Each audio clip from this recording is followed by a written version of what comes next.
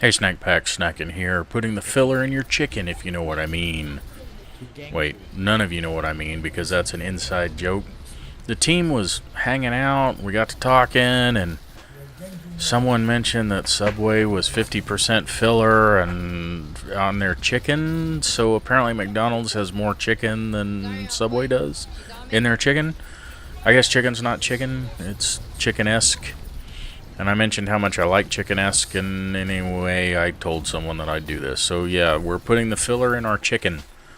Sounds kind of dirty, doesn't it? Anyway, I'm bringing you a Musings. This is going to replace video log. I'll do this probably twice a season.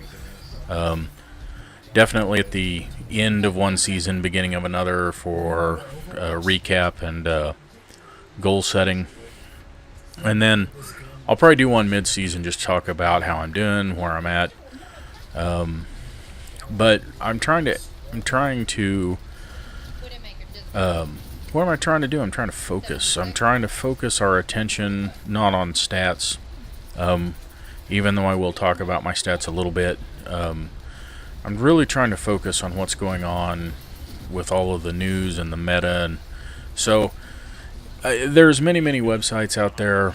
Tons of YouTubers who do news. I'm not trying to do news. I'm trying to do opinion, right? So, here we go.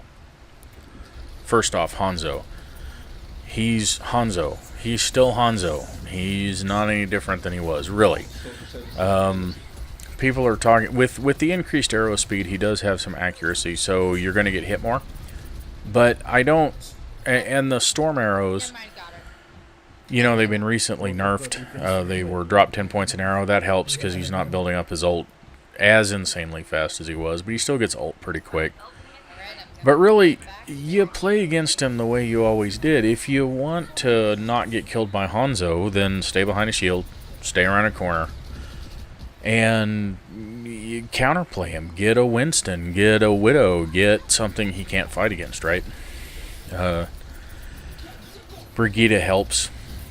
She's the next topic, by the way. But really, with good old Hanzo, the jump thingy makes him a little more mobile, a little harder to kill, but really, he's still Hanzo.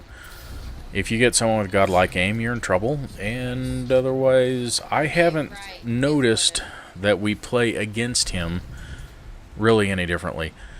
And I'd be interested. I need to check his pick rate, because I get the feeling that it's dropped a little bit. I'm not seeing a Hanzo in every single game like I was for a while. The same with Brigitta.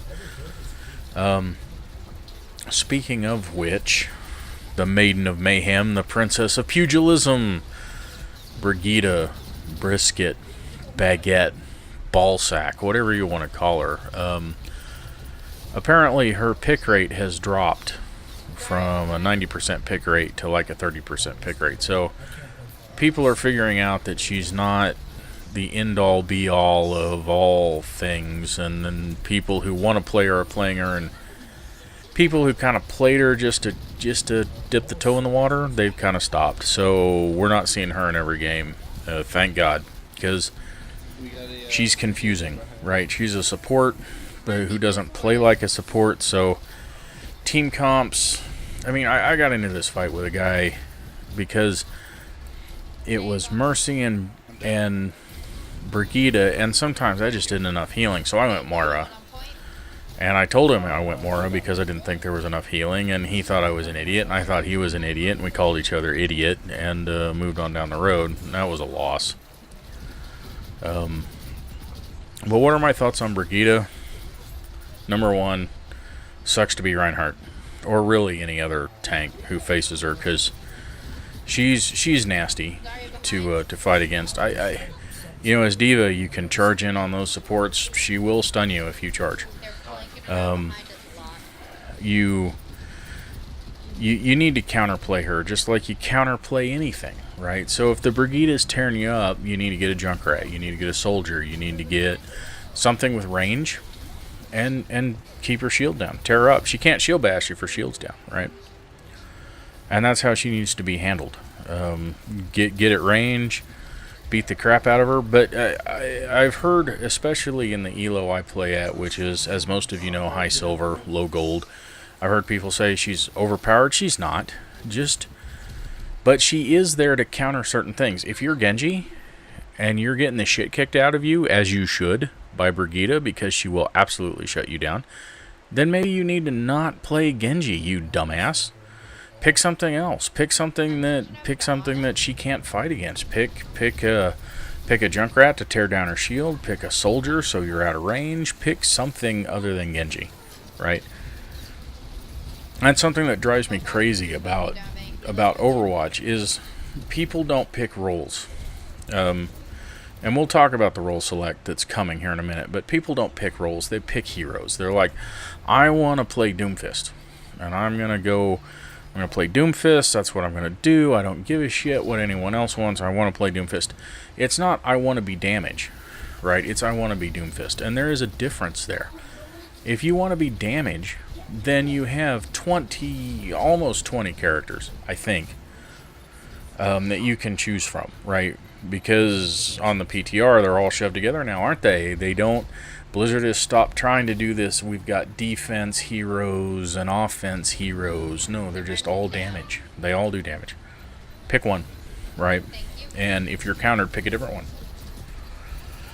Or if the team brings that Pharah, pick a hit scan, right? Or grab a diva and we'll triple tank or something. But don't sit there and go, oh, I'm countered, I can't, and then not switch. If you're countered, get the fuck off the hero you're on and switch to something else. I mean, seriously, people, come on.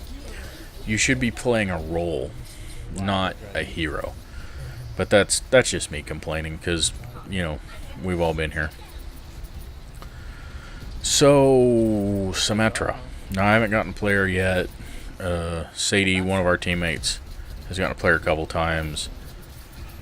I think Symetra, and I'm going to throw my wild ass guess out there, she's going to require more mechanical skill than she had before, especially since she doesn't have the auto lock beam like she did.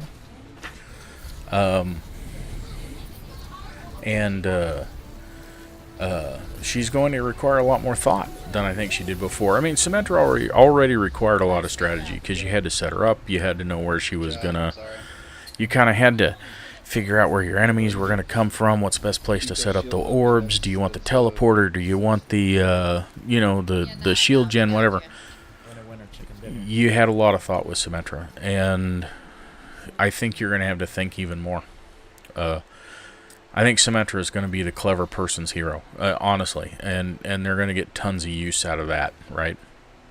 And it's going to be very interesting. She's going to bring some fantastic new stuff.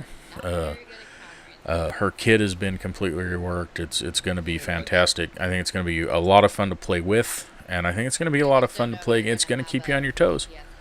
And something that doesn't happen a lot in the ELO I play in is you don't watch for flankers well, right? I mean, we suck watching for flankers. We don't check the corners. We run into a room, and then we're surprised when the Reaper Death Blossoms behind us, and we're all dead. And if we just looked to the damn left or the damn right, we'd see him and could kill him before he could get his Death Blossom off. I think with the Symetra teleporters, we're going to be doing the same thing, right? Because the enemy's going to have flanking opportunities they never had before. So it's going to be interesting. I think the new looking for group option is going to be good too. A lot of people are really excited about this. Oh, we've got role select. We've got, we can choose what kind of team comp we want, and we can make people use voice, and we can blah blah blah blah blah. I think it's going to be outstanding. I think it's going to be very popular. I think there's going to be downsides that we're not thinking about. I'm hoping that there will be more 6-stacks. And the reason is because Blizzard, now the matchmaker is proprietary. Blizzard they tell us when they adjust the matchmaker, I think. But I haven't heard anything about the matchmaker being adjusted with this system. So, as we all know, if you're a 6-stack, you often get placed against higher elo 3 and 4 stacks if they can't match you against a 6-stack. And then, in my experience, we get rolled. Because the 6-stack hasn't played before. They don't have the coordination Now, this role select will force us to get a team comp that's viable, right? I mean, we're going to be able to get a team comp that's viable, but we aren't necessarily going to get, we aren't necessarily going to do better, right? We just have a better chance than what we had before. But just because you throw 6 people on and you have a decent comp doesn't mean that those 6 people play the same or have the same idea of what good play is. You know, some people are overly aggressive, some people aren't. It's going to be a mishmash. So I also worry that if there's not more 6 stacks, what is this gonna? I don't know. I just think there's downsides we haven't thought of. Now, I'm not saying it's a bad thing. I think it's a great thing. I think it's a great idea. I don't think it's going to have to be tweaked, I guess is what I'm saying. I hope nobody expects it to be perfect out of the gate, because it won't be. And then what's the last thing I want to talk about tonight? Oh yeah. I think the merit system that's been proposed, the I vote for you because you're a good guy and I like you and you were nice to me system, I think that's outstanding. I think there needs to be a way to reward positive people, to reward positive gameplay, to reward, I mean, win or lose, right? I think that the ability to reward someone's attitude and play and fairness is an outstanding thing. I think that's going to be great.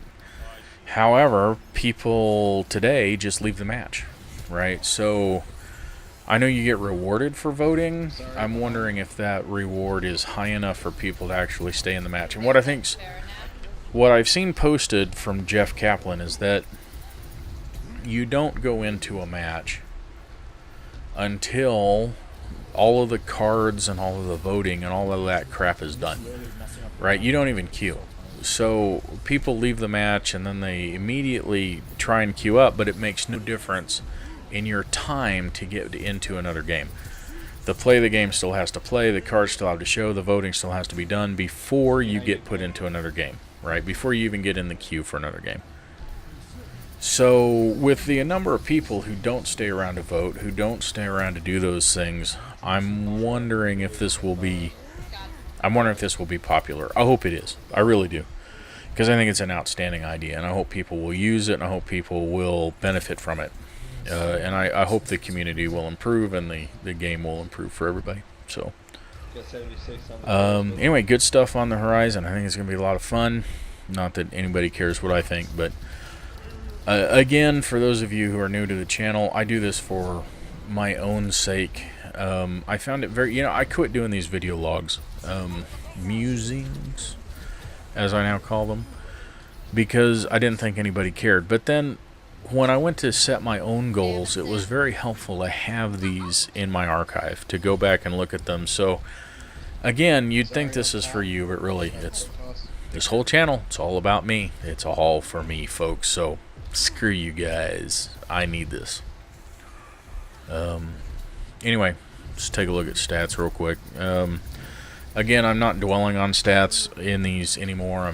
But I do want to have them for my own record, as I just said. So I'm sitting at about 1792. Oriso win rate is really, really good. I'm sitting at 70%. Everything else is in the upper 40s. It has not been a good season again. So I'm getting placed low gold. I immediately fall into silver. And then I struggle to pull myself back up, and I seem to be stuck around the 17 to 1800 range. If I hit gold, I'll keep it for a game or two and then fall right back out usually. I don't know how to elevate my gameplay. I'm not sure what I'm missing, but we'll do some tactical breakdowns and find out. And I hope everyone gets some benefit out of that too. Anyway, that's all I got for now. Snacking out. Play of the game.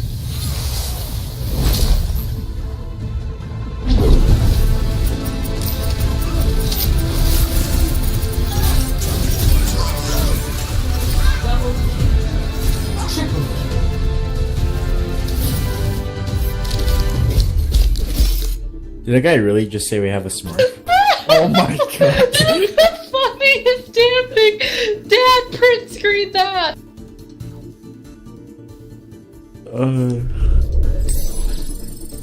I might have to play one more. Oh my god.